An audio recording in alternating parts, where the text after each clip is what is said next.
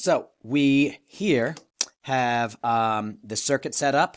I have a 12-volt battery.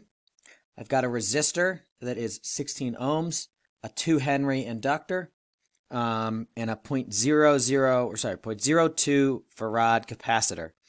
This number is usually a really small number compared to the rest of them, so it's normal to have that be so small.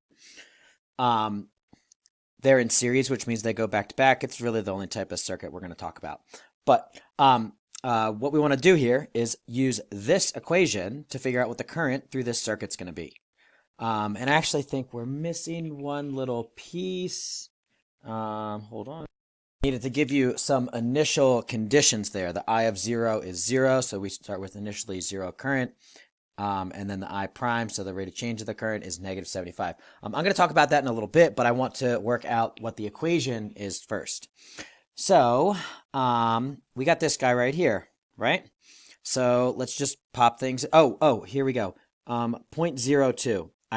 It's way easier to have that as a fraction, which you could use a calculator to do, but it's always fun to do basic math in ways that make sense. If I put 0.02 over 1, right, then I can just go and move this decimal place 2 times, and then move this decimal place 2 times as well. So what is this? This is really 2 over 100, which is 1 over 50, right? So you may be able to see that, maybe think 2 cents or something like that, right? Anyway, that converts it to a fraction, which I'm fine if you want to use a calculator for that. No big deal. All right. So L. What is L? L is 2. It is the inductance, right? So this is L. So 2.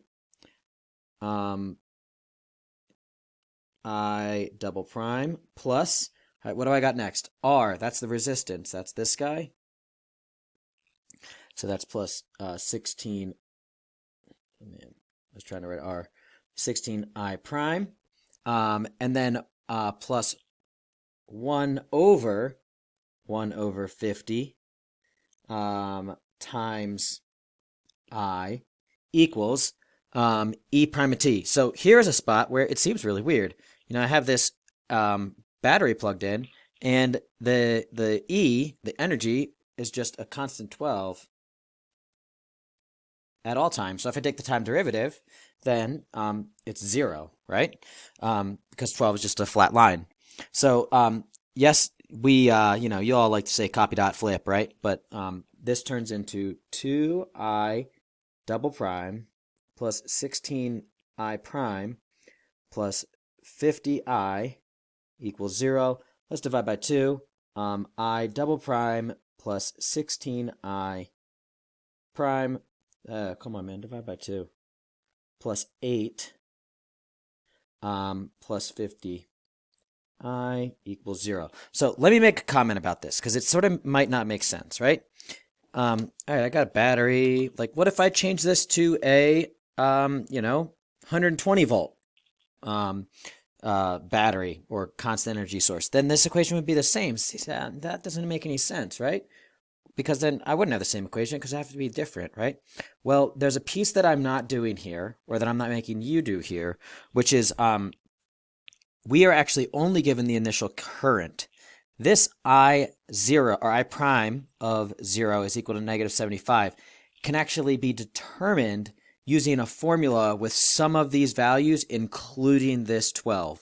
So the 12 is actually embedded here by having this initial condition, which will come into play when we get our C values. So hopefully that makes a little bit of sense, right? Because otherwise it would be like, well, what's the point of the 12 if it's any constant? I get the same current.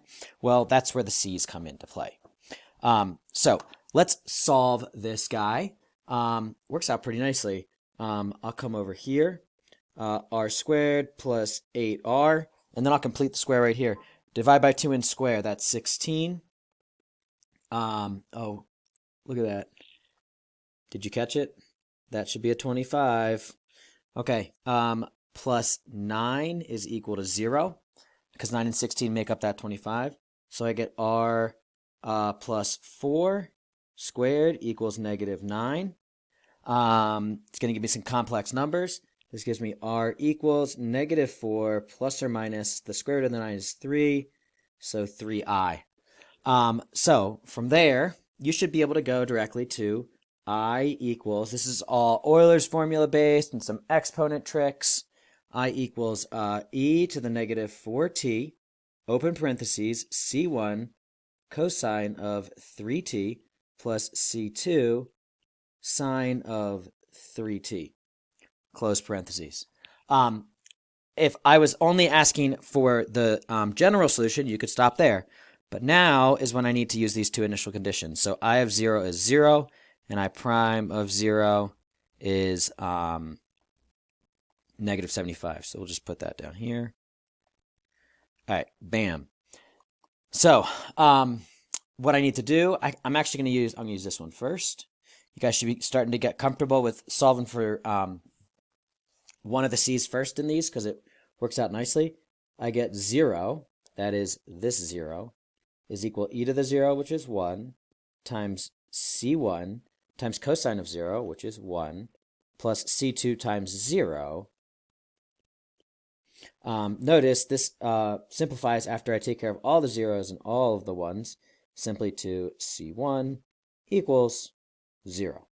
So that's nice because that means when I know that since c2 is 0, that I is just going to be e to the -4t times, I don't even need a parenthesis anymore, 4t times, I'm going to put the c2 out front.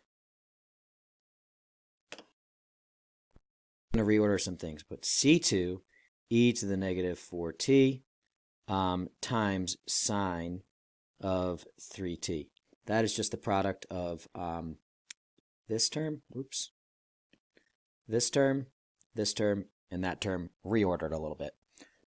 So I now need to use this other initial condition right here. I prime of 0 is -75, right? And that, in order to do that, I got to take the derivative. Ooh. I prime is, all right, I got to use some product rule. So -4 c2 e to the -4t times, that's derivative of the first times the second times sine of 3t plus 3, that is this 3's chain rule, c2 e to the -4t times cosine of 3t. And now I can plug in 0 for t and -75 on the left side. So let's, -75 is equal to, all right, t equals 0.